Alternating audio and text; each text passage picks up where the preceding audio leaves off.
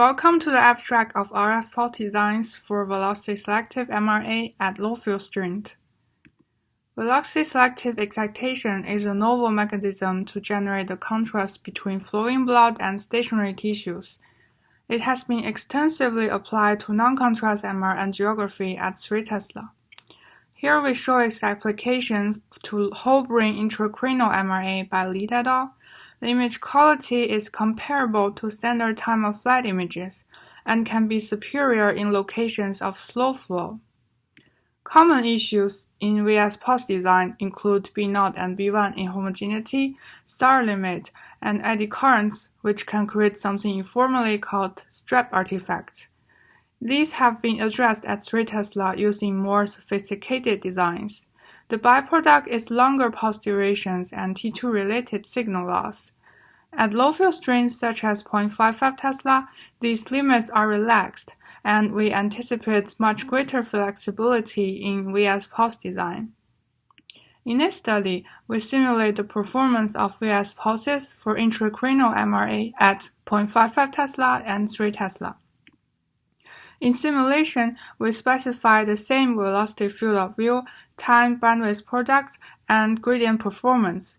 We use different ranges of B0 and B1 variations, arterial blood T1 and T2 values at 3 Tesla and 0.55 Tesla for VS non-subtractive saturation pulse.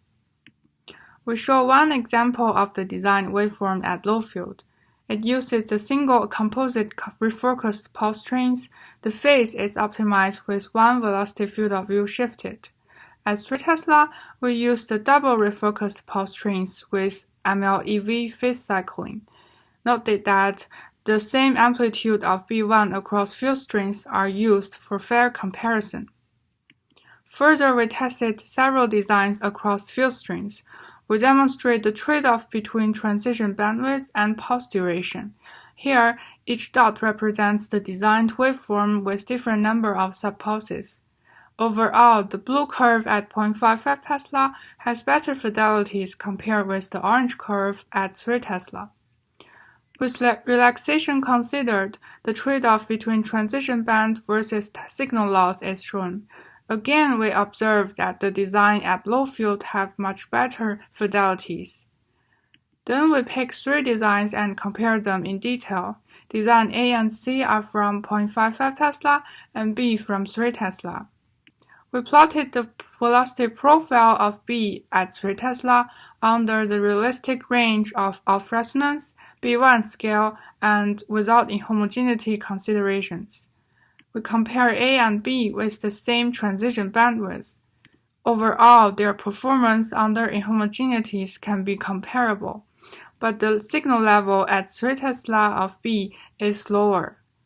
Then we pick B and C with similar pulse durations, and we can see both of them are robust to inhomogeneities, but C at low field has narrower transition band and higher signal level. Further, we demonstrate the strap artifacts for design A at low field. We first use the gradient impulse response functions to predict the distorted performance under off-resonance and B1 variations. They are shown both in spatial domain and the transformed frequency domain. We observe the enhanced signal modulations in the frequency domain, and these artifacts in the frequency domain represents the spurious peaks. With gradient pre-emphasis, the spatial profiles become almost uniform in both figures. Also, the peaks are successfully saturated in the frequency domain. To conclude it, our simulations indicate VS pulses at low field can achieve 22 to 38% sharper velocity transitions and or 50 to 60% less signal loss. Besides, the enhanced strap artifacts due to the gradient distortions can be mitigated with pre-emphasis based on curves. This is a simulation study. Our implementation and experimental verification are forthcoming.